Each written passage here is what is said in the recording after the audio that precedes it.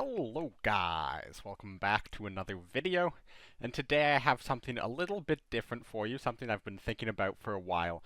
Today I'm going to be doing this video entirely about explaining how ranks work in cards. So, you might be thinking, well, I know exactly how ranks work in cards.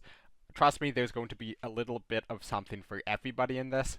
We're going to start just explaining the basics, so if you're new to cards, this is going to help you explain the basics, and maybe you'll pick up a few things even if you haven't played cards for a while. But then we'll move into sort of the more intermediate and then advanced sections of how the ranks work in cards, and this might help you actually get into OCCs if that's something you're interested in, and take this game more competitively. So there's a little bit of this everything for everybody, and maybe you don't care about rank at all, but you're just interested in learning more about how this game works, and we will be getting into some hypotheticals and question marks towards the end. We'll sort of be going through this step by step and get more complicated as we go. So with that, I hope you enjoy the video. Let's roll the intro and get into it. What a performance there by J-King. J-King, full plot armor. J-King is pushing himself into the ranks of the legend. J-King is our world champion! J-King 7! What? The back-to-back Cards world champion! Alrighty, so first things first, what is ranked in cards? So there's a lot of different game modes, not all of the game modes are ranked, so let's be clear first what we are talking about. So if you go over to play mode, you'll see there's 5 different buttons here. And let's start from the bottom, battle code. This is simply a way to enter into friendly challenges against other players. Campaign modes, this is playing against the AI in somewhat pre-scripted battles. Then you have draft. This is where you create your own deck through a series of choices and play against other players with these similarly created decks, and you play a handful of games and try to get as many wins as possible to collect rewards. Training mode, this is playing against the AI, just a straight single match. And then we have battle. So of course this is, I'm sure everybody is familiar. Battle is where you just queue up into another player, you both bring your own pre-created, pre-selected decks, and you play a single match against each other. So this is sort of just the most common queue in cards. But despite it saying battle up here, there's actually 3 different types of queues here. So if you come down here and look, of course, there's the ranked button, and then there's a casual button. You can select between ranked and casual. If you select casual, you just get into a match, and you play it, and there's nothing on the line. If you can surrender at any point if you want, if you get bored, if you don't like what your opponent's doing, if you have to go, something comes up, whatever. Casual, there is 0 strings attached, you just get into a game, and you play. Now, ranked is slightly different. If you queue ranked, then you are actually going to be, you're going to want to try to win more, because there's actually going to be something on the line, and that thing on the line is your ranked. And what your rank is different depending on a handful of things, and we'll get into that in a second, but there's actually a third type of queue here. If you have a deck that includes reserved cards, and you select it, you will instead be prompted to queue Classic, and Classic is essentially just like Casual, except it will be separated from Casual, and include exclusively people who are also queuing Classic decks. So there isn't actually a way to queue Classic with a deck that doesn't run Classic cards anymore. They changed this somewhat recently, I believe.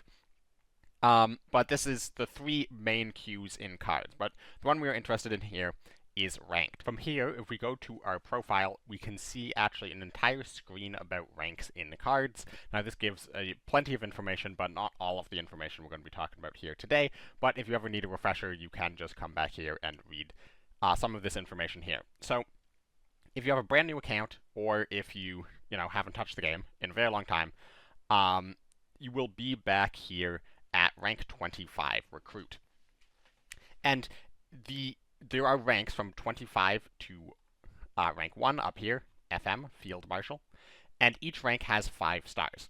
So to advance up the ranks, you win. If you win, you get a star. If you lose a star. That is the basics. Then there's a few exceptions to these rules. But each of these ranks are grouped into groups of 5, and these will determine a few things. One, they will determine what reward you get at the end of the month or the end of the season. And 2, you can never drop out of your group rank by losing games. You will be put back at the end of the season. You will be put back 1 group, but you will never be able to be forced out of that group based on losing games. So once you get into this category, there's nothing you can do that will lose your rewards. Once you achieve something, if you achieve a certain threshold, you will be getting those ranked rewards no matter how much you lose on ranked after that. So you never have to worry about potentially losing rewards by playing. That will never happen in cards. And before we get into more of the specifics, let's talk about the rewards, because honestly, this is a very helpful tool at building out your collection if you are newer to the game. So if you just play 5 games of ranked, because you do need to win 5 games of ranked at any point across the month to be eligible for rewards. If you're in the first group, you get a random pack. In the second group, you get a random pack, and this card back. Now, these card backs are temporary. You will only get to keep them for that month. If you get into the ranks 5 to 11, you'll get a card pack, a random gold standard card, and a different card back. If you get between ranks 10 and 6, you will get 2 card packs, a random gold limited card, and the silver card back. And then if you get between ranks 5 and 2, you will get 3 random packs and a random gold special card and the gold card back. And then, of course, if you hit rank 1, which is the highest of these types of ranks, which is Field Marshal, you will receive 4 packs, a random gold elite, and the Field Marshal card back. Now, what's important here is all of these random gold cards are duplicate protected, so you will be guaranteed a card you do not have. So ideally, you would like to get into Field Marshal every single month, because then you're guaranteed a new elite on top of 4 packs. So that's just, you're going to try to get into the highest rank, of course. But there's a few rules that affect how you are able to do this. So first of all, if you're between ranks 25 and 21, losing has no consequences. So you can't ever go down stars, you can't ever go down ranks if you're between ranks 25 and 21. This is sort of meant for a safer space for newcomers to test out different decks and learn how the game works. Now, I said that you gain 1 star at a time, and you might look at all these stars that you need to get up to Field Marshal and think that's a lot of stars, that's a lot of games, that's a lot of time, and while that can be true, there are win streaks that will help you out. So if you've won 3 games in a row, on the 3rd win, you will gain 2 stars instead of 1. And as long as you keep winning after that point, each win will continue to give you 2 stars rather than 1. So it basically lets you speed through this at twice the regular speed as long as you can maintain that win streak. And if at any point you lose, you will then have to win 3 more games in a row to restart that win streak. The other thing is you will see that if you hit 5 stars, it will put you to the next rank at 0 stars. So for example, if you are at say Chief Warrant Officer 5 stars, it will put you up into Lieutenant 0 stars, so that will put you up in a rank. And finally, if you have 0 stars, so if you're at the start of a new rank, then you will have to lose 3 consecutive games to actually drop down that rank. So from, say, 2 to 3 or 8 to 9, again, you are unable to drop between ranked groups, so you cannot drop from 5 to 6 or 10 to 11, something like that. You can't do anything that would lose out on rewards. So that is basically how all of the star systems work. Now there's a fun little tidbit here is it will count your last wins in ranked. It does not limit that by season, so if you hit Field Marshal and then you ended the season on a win streak, if you then win your first game of the new season, it will continue that win streak. So that's just a fun little thing. Try to end out the season on a win streak, and you'll give yourself a head start going into hitting Field Marshal for the next month. And everybody gets reset 25 stars, so that's what I mentioned before, is you go down a rank. Since every rank is 25 stars, you will not ever drop more than 1 rank at a time if you play absolutely nothing. And if you hit Field Marshal, you will be put back into rank 6, which means you will then need to win 5 games at least to get your rewards, and a few more than that to get back into Field Marshal for that month. But it also means that you don't have to replay all of these stars every single month if you want to just maintain that Field Marshal reward bonus. So that's a bit how stars work, and this is the most basic element of the ranked system. And once you get into Field Marshal, things get a little bit more complicated, and I've seen a lot of confusion about this, so I do want to just sort of clarify this a little bit, and then also give some advice for players who want to take their game to the next level and qualify for the OCC through the ranked system. So with that, let's get into the Officers Club, which is the sort of online leaderboards that you get into as soon as you hit Field Marshal. So if you open up the Officers Club tab, which is just below the Ranks tab, you will be met with this screen. So it will show you the first page, it will show you the first 100 people currently on the ladder. So this is live scores, live ranks. It shows you people ranked 1 to 100, and then below that it will show you your own rank and your own score. Now here is where there's a lot of confusion, because you have this number, name, score. And at the end of the game, what you are presented with is your rank, or number. It is not your score, but your rank is determined by your score. So, what do I mean by this? Well, if we look, head is currently 2,610. This is his score. And the person in first has a score of 2,620. So he is rank 1, head is rank 2, and then everyone else is below them. So this is just everybody's score who has hit Field Marshal. It is literally just how well you rank up against them. So if you have the highest score out of everybody in the Officers Club in that month, you will be rank 1. Or in my current case, I have a rank of 2,000, or I have a score of 2,039. So I've only recently hit Field Marshal. So I have a rank of 1,727 because there's 1,726 people who have a rank or have a score above 2,039.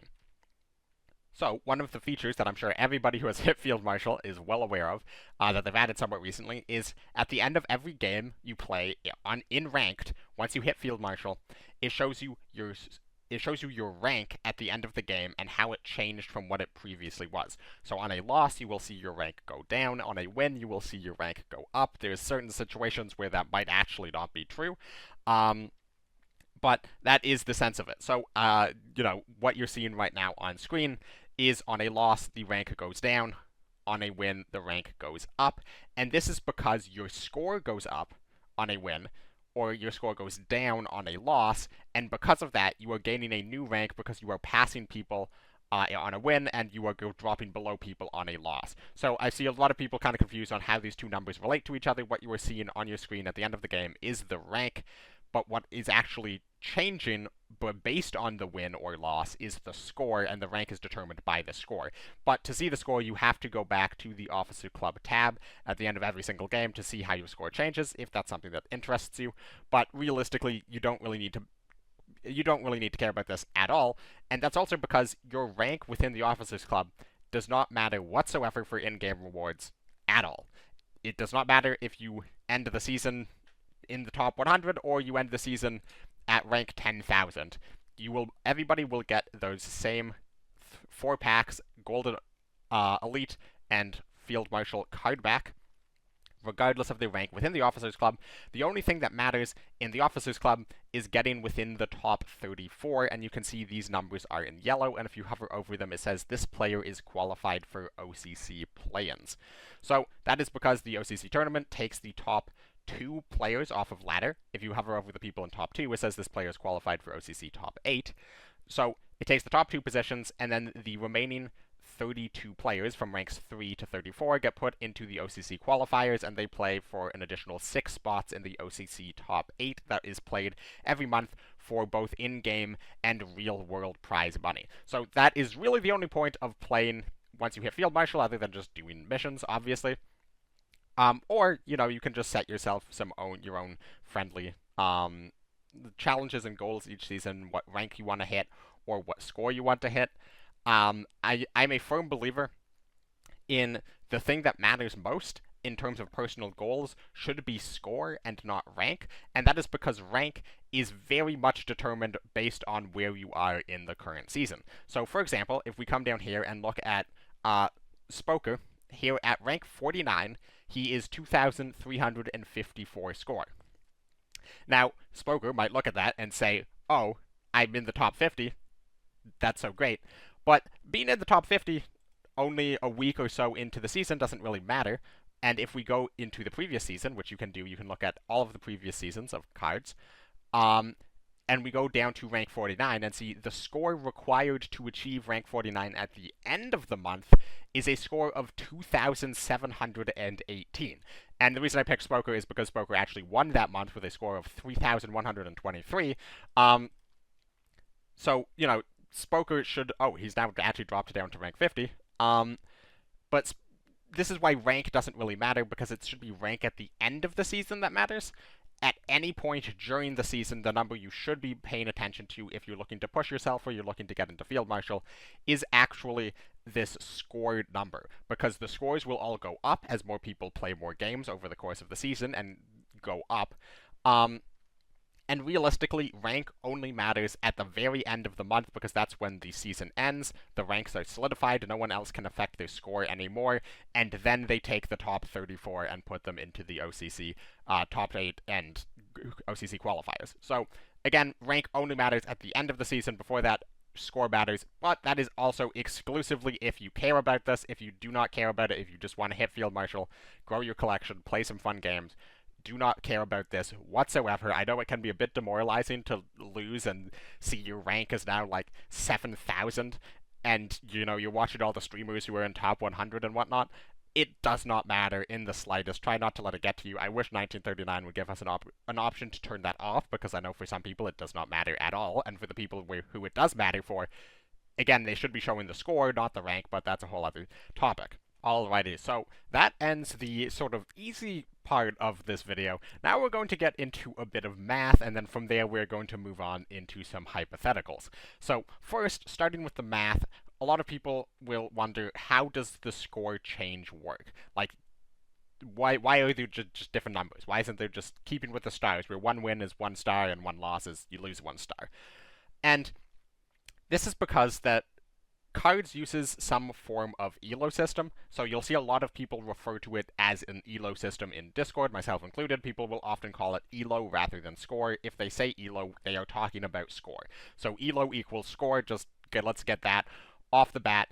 Now, technically, this is a modified version based on the Elo system, so it's not really accurate to call it Elo, but just for the sake of simplicity, we are going to be calling this Elo.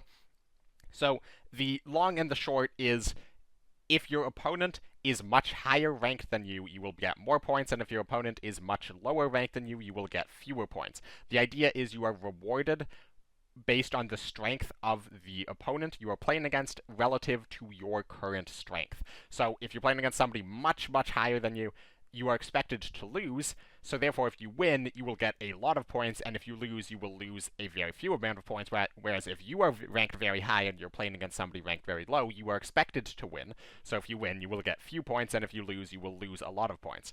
Now, there is an exact mathematical equation to this that I figured out. I reverse engineered this, basically gathering a ton of data, and then just doing some basic math, and then you know, it works out. I'm not going to get too far into the math of this, but this is the gist of the equation. So first you have to figure out the expected score, which is to say who is expected to win how often. So essentially what is the difference between these players in their playing strength, and then once you have that, you will figure out what the expected Elo change is, or score change is, based on who wins the game.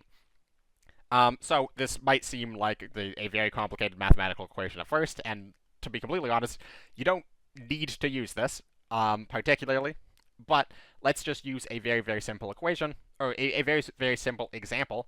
And let's say 2 players are of exactly equal strength. Now, it doesn't really matter what that strength is, because you will see the first thing you put into this equation is Elo difference. So if the difference we put in here is 0, then we can pull up, you know, a calculator, and we can do 0 divided by 1,000. Of course, this will give us 0. And then you will do 10 to the power of 0, which, of course, gives us 1. And then you will have, follow the brackets, you have 1 plus 1, so you've got 2, and then you have 1 divided by 2, you get 1/2. So this means that the expected score is one player will win 50% of the time, the other player will win 50% of the time. So if you now take 24 times 0.5, because 0.5 is our expected score, ES, so ES times 24, this is of course going to give us 12, plus 1 equals 13, and if you read this down here, if the lower ranked player won, it is ES minus 1 first, so you take you do ES minus 1 before multiplying by 24, and the plus 1, as in this Elo change, the plus 1 in the Elo change equation goes to the winner. So whoever wins the game is going to always get 1 extra point than they otherwise would, and this guarantees that somebody always gets, like the winner always gains Elo, essentially. And you round to the nearest whole number. So if two players of completely equal strength play against each other, whoever wins will get 13 points, and whoever loses will lose 12 points.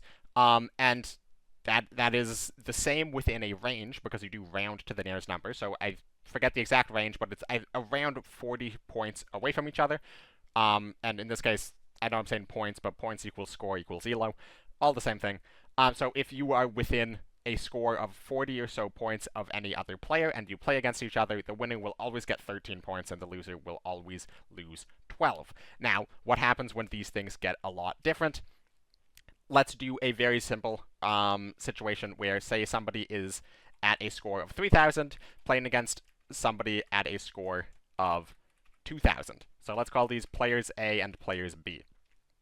So the Elo difference is 1,000. So you will have 1,000 divided by 1,000, which is, of course, going to be 1. And then you have 10 to the power of 1, which is, of course, going to be 1. Or, sorry, it's going to be 10. And then you do plus 1. So this is 11. And then you have 1 over 11. And you're going to get this long string of numbers. And then you're going to do that times 24 plus 1. So that means you are going to be getting plus 3 points if you win against somebody.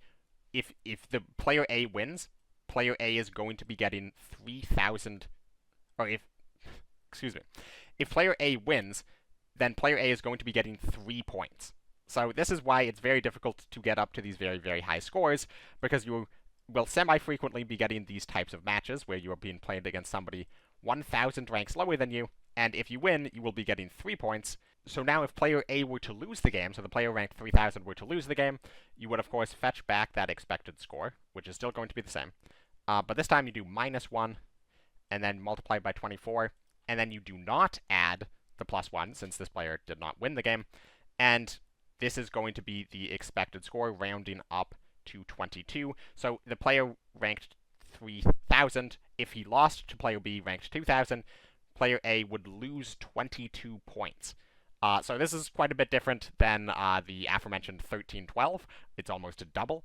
So that just sort of shows the basics of how the Elo system works. If they're higher ranked than you, you're going to lose a lot of points if you lose to them. Now, if you want to figure out how much Elo your opponent gained or lost based on how you did, it's very straightforward, because it's just the exact same number, but the winner gets plus 1 and the loser loses those points. So in this case, if you lost 22 Elo, it means your opponent gained 23 Elo, and if you on the win, you gained 3 Elo, it means your opponent only lost 2 Elo. So that means if player B lost to player A, they only lose 2 points. So they go from 2,000 to 1,998. And if you want to figure out how much you would win or lose, without needing to necessarily recalculate it, it's very straightforward, because it always adds up to 25. So if you know you would gain 3 points on a win, it means you will always lose 22 points on a loss. So yeah, very, very straightforward. You don't really need to do all of this calculation if you don't want to, but this is how the Elo score works. So this is essentially why players who play at the top of ladder complain when they lose a ton of points. This is why you'll also often see salty players who, at the end of the season, they're trying to push into top 2. You see top 2 is score of 3,100. That means if you're queuing into anybody 2,100 or below, which is going to be the vast majority of players in Field Marshal, it means you are going to be in that range of +3, -22. And yes, you should win if you're ranked 1 or 2. Yes, you should be winning most of the time against a player who has a score of 2,000. However, that's not always going to be the case. You know, sometimes they get a good roll, sometimes it's a bad matchup. Anything can happen, but that's how you lose a ton of points, and that's why it is so much harder to get into these high ranks. It's so much more about win rate than it is simply about playing a lot of games. I know a lot of people might look at this and just say, well, these players, you know, they played more games than everyone else, and that might be true, but it also might not be true. They might simply just have a 10% higher win rate, and when it comes to climbing this high, it is entirely about win rate. So now let's use an example just to prove that this works, and to actually show like the best case example would be both players are easily within top 100, so you can see the point change before and after. So for the sake of example, I'm just going to pull from a previous road to rank 1 where I played against no one. We were both in top 10, so we see the scores before and after. It's not a perfect example, as we will get into, but it gets the point across and proves that this equation works. So if we pull up the game, here we see that this is our score before. If I move my webcam over here, you can see that is my former self with much more hair. So if we take a list of our Elo, you can see my Elo is 2936, no one's Elo is 2841. And then IQ into no one. Here, let's move down here so you can see that was against no one. And now, moving all over the place, move back up here, we see I have gained 12 points. I'm now at 2948, and no one has gone down a simple 5 points, 2836. And you might be thinking here, wait, I thought you said that the winner always gets +1 more than the loser loses, so no one should have -11. And this is because no one almost certainly got a +6, was in a match at the time that I was on the previous leaderboards, and then won his game for +6 to go up to 2847, and then queued into me, and then we played, and then he did lose 11 points, and that is because the leaderboard only refreshes when you exit out and come back in. So you can't just sit on it and expect it to refresh. So I was likely sitting on the screen for a few minutes while I was setting up the recording, and then this is why no one's score is slightly outdated. But then if we bring in the calculator and start actually doing these calculations, first we need to figure out the Elo difference, so that is our starting points, subtracted from one another. So 2936 subtracted by 2847, and I'm going to be using the expected Elo that no one was at. I mean, you could do this with, it would only change the Elo difference by 6 points, but that's an expected Elo difference of 89 points. Or not, sorry, not expected. That is the actual Elo difference between us, 89 points. So I'm 89 points higher ranked than him. So now let's figure out the expected score. So we take that number, divide it by 1,000 to get 0.089. Then we take 10 to the power of 0.089. We get 1.22 string of a ton of numbers. Then we do +1. And then we will divide this. We will do 1 divided by this number. So let's go 1 divided by number equals 0.4489. And that means that I'm expected to win about 55% of the time. No one is expected to win about 45% of the time based on that Elo difference. So if you then multiply that by 24, and then do +1 because I won, you get 11.77, which is then rounded up to 12. So I get +12, and then no one would get -11. And if I were to lose this game, I would have gotten -13, and no one would have gotten +14. So that is, that just shows off that I'm not just, these are real numbers. This is a real calculation. And this has been in the game pretty stably. It has not changed for many, many years. So now, if we go back here, that is going to be it for sort of the complicated the mathy side.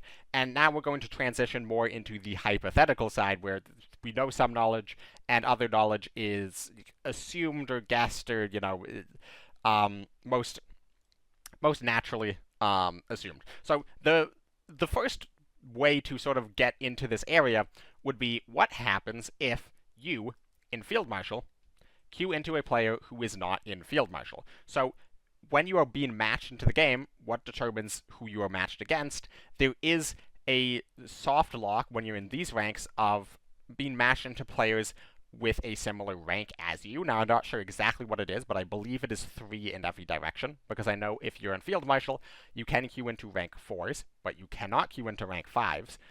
So I would assume that 3 in every direction goes throughout the entire ranks.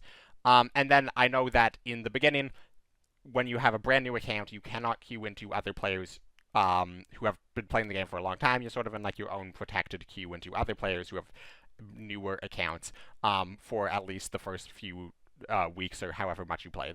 I think it's based on the number of wins. But that means if you're in Field Marshal and you have a score, you can queue into somebody not in Field Marshal and they do not have a score. So what happens? Well, I can tell you is if you lose to a player not in Field Marshal, you will get minus 13. So that's actually about the equivalent of being around 80 to like 100 and I forget the number, but like 130, 140, 150 points below you. So it's always going to be minus 13 if you lose to somebody not in Field Marshal. 100% of the time, that will never change. Now, there's a few deceptive, or there's one deceptive thing that can happen, which is you queue into a rank 2, and you lose, and you might lose a lot more than 13 points, and that's because that player hit Field Marshal by beating you, which means that they now have entered the Officers Club, and when you enter the Officers Club, you get assumed to have a points of 2,000 prior, and then you get your extra points, which means that now they have an actual score of 2,000 that calculates the Elo difference from you, and then you're going to lose points based on losing a game to somebody ranked 2,000, so that can be very, very bad, but as long as they don't end in Field Marshal, it will always be a minus 13. Now, what happens if you win the game? Because if you win the game, that means they lose, that means they cannot enter Field Marshal, and that means they have no Officer Club score to give you points based off of. So you might just think, well, maybe there's just a fixed rate. Maybe it's always a plus 12 for the rule of 25, but no, 1939 is not that generous. You might think that it's simply a lower fixed rate, like always a plus 8 or a plus 5 or something like that. No, you will get different numbers based on who you beat. Now, you might wonder, where are these numbers coming from? And that's a very, very good question. And this is where we have to introduce another rank. So you have your Officer Club rank. You have your Officer Club score, also known as Elo, or points. And then you have your, these ranks. I don't really know what to call them, but you have your sort of like Field Marshal ranks. But there is also a hidden MMR, or matchmaking rating, matchmaking rank. And this, you cannot see it anywhere in the game. And 1939 does not talk about it. But we know that it exists because this is what is used to determine who you are matched up against within the parameters of matching it up to somebody at a similar number rank as you. But it will match you up against somebody at a similar skill level as you. And that is not necessarily based on just simple Elo. Now, Elo is going to be a pretty good reflection, but these are a different rating because the MMR does not reset at the end of the month. Your Elo resets at the end of the month. The MMR does not. So, when I'm playing the game and I'm queuing into No and 5, it might be we're queuing into each other because we're both at, 2,800, 2,900 on ladder, and we're queuing into each other because we're at similar ranks, but when we're both hitting Field Marshal, we will continue to queue into each other at the same rate, and that is because we have the same or similar hidden MMR. So even though we are not both at the newest highest ranks, we will continue to queue into each other because we are still considered to be of similar strength based on a hidden aspect of the game. And this, we bring it back to our discussion of losing to players not in Field Marshal. This is what determines how many points you get if you beat a player not in Field Marshal, because it will use their hidden MMR as their Officer Club score. So most players who you beat and are not in Field Marshal will be on the weaker end of players who likely will, if they get Field Marshal, will stick around the bottom of Field Marshal. So you will likely be getting plus 3s, plus 4s, plus 5s. I once got a plus 2, which is quite rare, and that's because these players are relatively weak, and it will be the equivalent of beating a player around 2,000. But that is not always the case, And I have a very specific example of this because one season, Noen was in the top 10 at a rank of around 3,050, and he queued into Birdo Burrito, who had not played the game in several months and was simply just trying to get Field Marshal and was rank 3. Now, they played a match against each other, and again, just the fact that they were able to queue into each other is indicative of the hidden MMR, but they queued into each other, they played a match, and no one won the game. So you might think, well, okay, well, because Birdo Burrito was not in Field Marshal and had not been in Field Marshal for some time, you would think that no one would simply get like a +4 or +5 because they consider Birdo a weak player. But the game remembers that Birdo Burrito is the one and only Birdo Burrito, so the game is going to give Noen a lot more score because they consider Birdo a very strong player even if he's not currently in the Officers Club and therefore does not currently have a score, and it gave Noen something like a +11 or a +12, the equivalent of if Birdo was at the same rank as him at 3,050 score. And again, Birdo wasn't even in Field Marshal yet. So if they had queued into each other right after Birdo hit Field Marshal, it would have been Birdo having a score of 2,000, but because he wasn't in Field Marshal, it uses the hidden MMR, and the hidden MMR thinks that Birdo is consistently a top player, and therefore his hidden MMR is that of a top player, and therefore no one is going to get the score of a top player in the Officer Club score in this situation. So I know that that's a lot to digest. But we're about to get even more hypothetical because at least that one's pretty solid. Like, we're pretty rock solid that there's another form of rank that is hidden, and it keeps track of your relative strength compared to other players, regardless of your current score on ladder. Now, something that comes up from time to time, but I think it sort of most notably came up in, I believe it was, oh, no, I've gone too far,